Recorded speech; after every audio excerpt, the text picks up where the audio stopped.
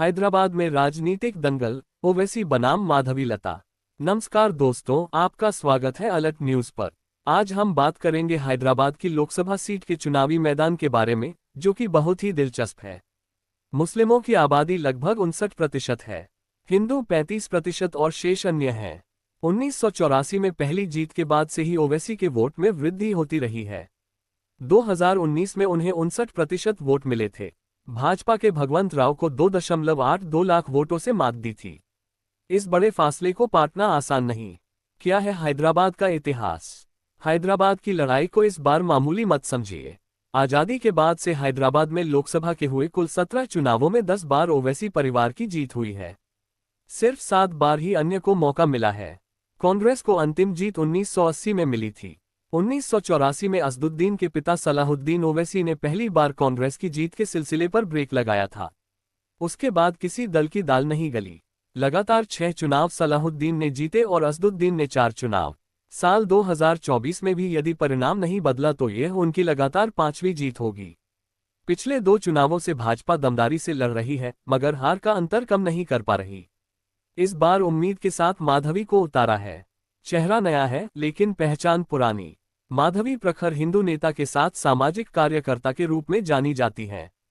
गौशाला चलाती हैं, स्लम बस्तियों की मुस्लिम महिलाओं के सुख दुख में खड़ी रहती हैं, आर्थिक सहायता दिलाती हैं, सनातन की प्रखर वक्ता हैं, स्वास्थ्य के क्षेत्र में भी सक्रिय हैं।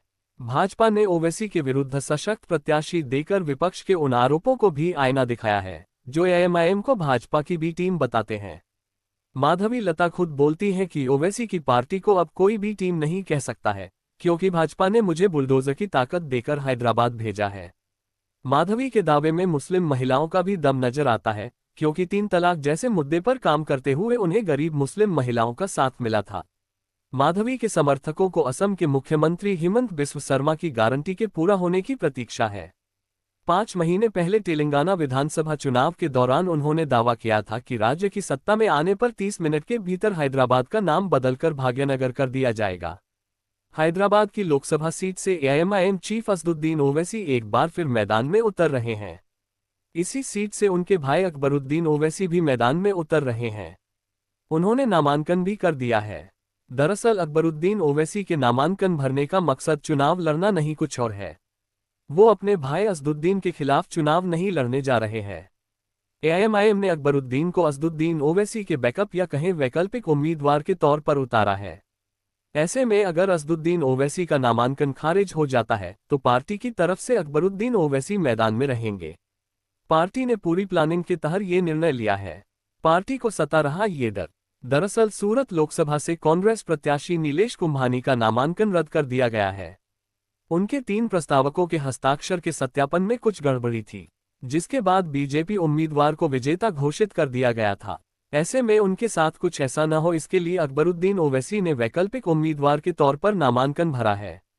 बीजेपी 2 बार दे चुकी है कड़ी टक्कर। 2004 लोकसभा चुनाव में असदुद्दीन ओवैसी और बीजेपी उम्मीदवार के बीच काफी कड़ा मुकाबला हुआ था। तब ओवैसी को 37.39% वोट मिले थे और बीजेपी उम्मीदवार जी सुभाष चंद्र जी को 28.25% वोट मिले थे। इस चुनाव में असदुद्दीन ओवैसी 1 लाख वोटों से जीते थे। 1999 के चुनाव में भी ओवैसी और बीजेपी के क्लोज कॉन्टेस्ट हुआ था। इसमें ओवैसी को 60,000 वोटों से जीत मिली थी। बीजेपी ने 2024 के चुनावों में पहली बार ओवैसी के इस मजबूत गढ़ में महिला कार्ड खेला है और माधवी लता को कैंडिडेट बनाया है। बीजेपी प्रत्याशी माधवी लता, जिनके प्रचार के अंदाज से विरोधी खेमे में है बेचैनी। भाजपा प्रत्याशी माधवी लता ने ओवैसी परिवार की लगातार 4 दशकों से ज्यादा की निष्कंटक निजामी को चुनौती दी है। प्रतिदिन कोई न कोई विवाद और प्रतिवाद के बीच ओवैसी के सामने माधवी लड़ रही हैं। हैदराबाद मुस्लिम बहुल सीट है, लेकिन मतदाता सूची से इस बार 5,41,000 वोटों के कम हो जाने एवं माधवी के प्रचार के निराले अंदाज से विरोधी खेमे में बेचैनी है। यहाँ हैदराबाद में चुनाव के बारे में और भी कुछ महत्वपूर्ण तथ्य हैं, जैसे कि पिछले कुछ चुनावों में कैसे हुआ था। हम इस चुनाव के अन्य प्रमुख उम्मीदवारों की भी चर्चा करेंगे और जानेंगे कि ये चुनाव हैदराबाद के भविष्य के लिए कितना महत्वपूर्ण है। तो दोस्तों, इस रोमांचक चुनाव की संपूर्ण जानकारी के लिए हमारे साथ बने रहें।